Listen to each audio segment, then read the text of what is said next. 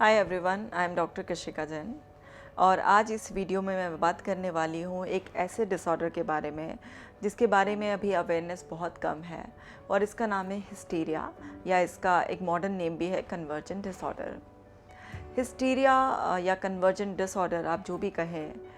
इसको समझना बहुत ज़रूरी है क्योंकि इसको बहुत ज़्यादा गलत तरीके से समझा जाता है और इसके प्रति अवेयरनेस ना होने की वजह से कई बार जो सफ़रर होता है, जो पेशेंट होता है इसका, उसको बहुत सारी दिक्कतों का सामना करना पड़ता है। हिस्टीरिया में एक ऐसी कंडीशन बन जाती है जिसमें इमोशंस का ओवरफ्लो हो जाता है। ये क्रॉनिक स्ट्रेस की वजह से होता है। इसमें इंसान के अंदर बहुत ज़्यादा सप्रेस्ड इमोशंस होते हैं, यानी कि उसकी कुछ दबी हुई इच्छाएं जो कुछ महीनों कुछ सालों तक उसके अंदर होती हैं और उसकी वजह से ये सारा स्ट्रेस उसके अंदर आता है और वो बॉडीली सिम्टम्स में कन्वर्ट हो जाता है। तो इसकी वजह से जो अक्सर देखा गया है, लोगों में बेहोश हो जाना, उनकी बॉडी को अकड़ जाना, ऐसा जैसे एक पैरालाइज वाली जो कंडीशन बन जाती है उस तरीके से जवाड़े को भींच लेना, मुट्ठी को बंद कर लेना या थोड़ी देर के लिए अनकॉन्शियस हो जाना या कई बार एबनॉर्मली चीखना या उठ कर भागना, इस तरीके के कुछ लक्षण देखे गए हैं। इसके अलावा कॉमनली जो लक्षण देखे गए हैं उसमें अकेले में बैठकर हंसना या शक करना।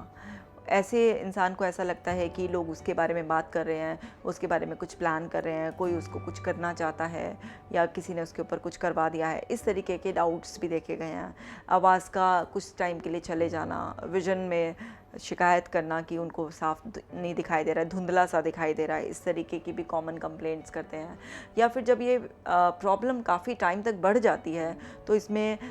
कुछ इस तरीके के हेलुसिनेशन और डिल्यूजन्स भी होने लगते हैं जिसमें कि लोग शिकायत करते हैं कि उन्हें कोई दिखाई दे रहा है या कोई उनका गला दबा रहा है, कोई उनके पीछे पड़ा है या उन्हें कोई आवाज़ें सुनाई आ रही हैं, वो किसी की प्रेजेंस फील करते हैं। ये सब भी होता है, लेकिन ज़रूरी नहीं है कि हिस्टीरिया में सबको एक्सट्रीम लेवल की कंडीशंस ही हों।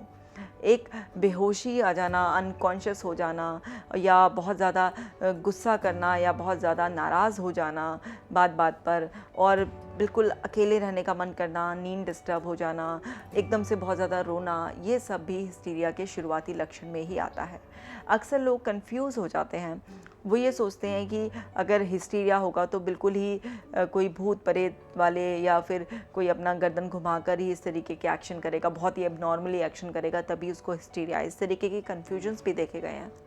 बट शुरुआती लक्षणों में इतने एक्सट्रीम जो अटैक्स हैं, जो बेहोशी वो नहीं आती है। शुरुआती दौर में ऐसा हो सकता है कि महीने 15 दिन में या हफ्ते में एक बार हिस्टीरिया का अटैक आए जिसमें इंसान बेहोश हो जाए कुछ 4, 5, 7, 8, 10 मिनट के लिए और जिसमें उसकी बॉडी अकड़ जाए। और जब ये प्रॉब्लम बढ़ती रहती है तो फिर इस तरीके के अटैक्स बहुत एक्सट्रीम लेवल पर आते हैं और थोड़ा जल्दी जल्दी आना शुरू कर देते हैं। तो इस तरीके के कुछ लक्षण ऐसे हैं जो देखे गए हैं। अब ये हिस्टीरिया हो किस किस वजह से सकता है और किसको हो सकता है?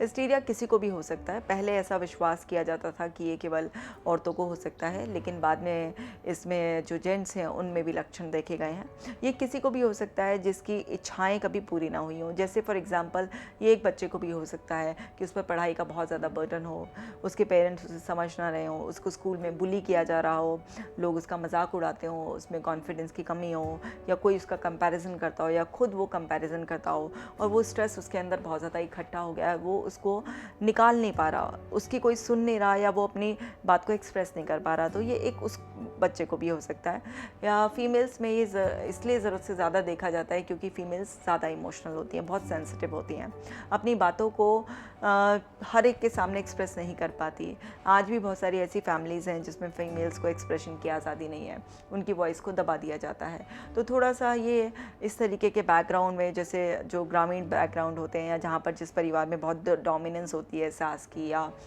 हस्बैंड से वो प्यार नहीं मिलता या हस्बैंड की नेचर ऐसी होती है कि वो अपनी वाइफ को उतना वैल्यू नहीं कर पा रहे हैं या उनकी बात को नहीं सुन रहे हैं, तो वहाँ पर भी सप्रेशन की वजह से या कई बार मैरिड वुमेंस के साथ या मेल्स के साथ उनकी सेक्सुअल लाइफ डिस्टर्ब होने की वजह से भी इस तरीके का सप्रेशन उनके अंदर बहुत टाइम तक रहता है, जिसकी वजह से स्ट्रेस हो जाता है और वो ये साइकोलॉजिकल जो कंडीशन होती है, ये प्योर एक साइकोलॉजिकल डिजीज़ है। इसके सिम्टम्स कन्वर्ट होकर बॉडी पर आ जाते हैं। तो जैसे सांस का घुटना या फिर बॉडी का अकड़ जाना, बेहोशी सी आ जाना, ये सब कुछ इसमें होने शुरू हो जाता है। या कई बार पेशेंट गुस्सा होता है, उसको जो है ना शक रहता है कि जो उसके घर वाले हैं वो ही उसके खिलाफ हैं। इस तरीके के लक्षण भी देखे जाते हैं, क्योंकि इसमें एंग्जाइटी और डिप्रेशन भी होता है। एंग्जाइटी में हर वक्त एक दिमाग में चिंता वाले कुछ विचार चल रहे होते हैं, अनजाना सब है उनको सता रहा होता है। और डिप्रेस यानी कि बहुत ज़्यादा सैडनेस उनके अंदर होती है, क्योंकि उनको कोई सुनने या समझने वाला नहीं होता है। तो इस वजह से शुरुआत में हिस्टीरिया के अटैक के लक्षण नहीं दिखाई देते हैं, सिंपल एंग्जाइटी और डिप्रेशन के भी लक्षण उसमें दिखाई देते हैं। लेकिन हमें शुरुआत में ही समझना होता है कि ये चीज़ आगे बढ़कर हिस्टीरिया के एक सीवियर अटैक्स जो है ना उस पर्सन को आ सकते हैं। कई बार लोग बड़ा कंफ्यूज हो जाते हैं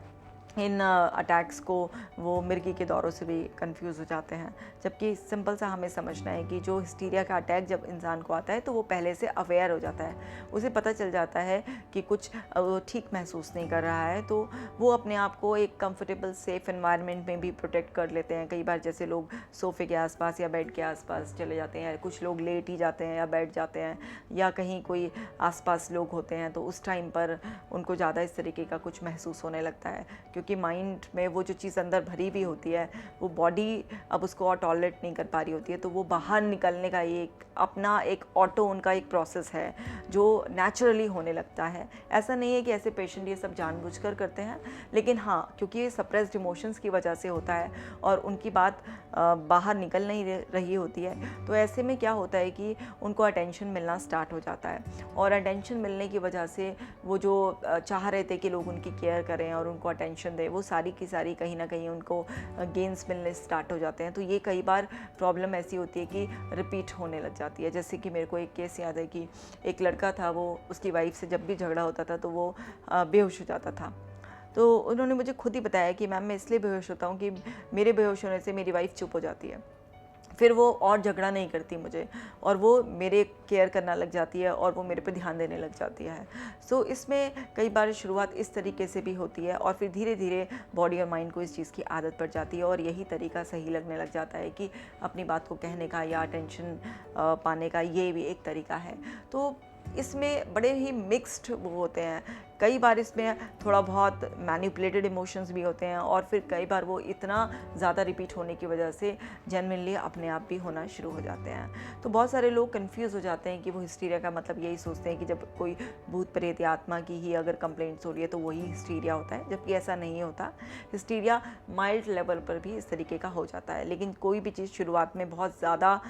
एक्सट्रीम लेवल पर नहीं होती है, लेकिन लापरवाही से वो बद से बदतर होती चली जाती है। तो हमको शुरुआत में ही समझना होता है कि अगर कोई भी इंसान है जो आपसे बार बार कंप्लेन कर रहा है कि उसकी बात सुनी जाए, उसे समझा जाए, या एक्सेस में कोई रो रहा है, या अकेले में कुछ ऐसे की बातें करता हुआ आपको महसूस हो, या अकेले में थोड़ा हंसता मुस्कुराता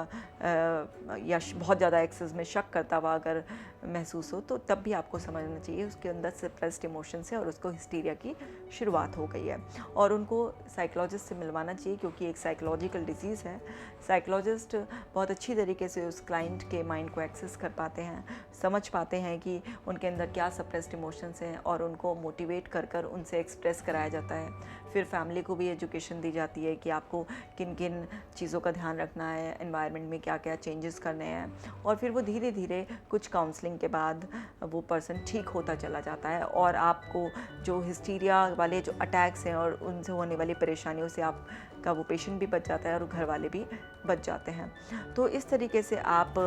हिस्टीरिया के पेशेंट की जो है ना शुरुआत में ही मदद कर सकते हैं। अपने नेक्स्ट वीडियो में मैं बात करूंगी कि जब ये हिस्टीरिया भयानक रूप ले लेता है तो किस किस तरीके से हम लोगों को दिक्कतें होती हैं, तो उसके बारे में मैं बात करूंगी। इस वीडियो को अगर आपको लगता है कि ये किसी के भी काम आ सकता है तो आप उनसे ज़रूर शेयर करें। Stay connected.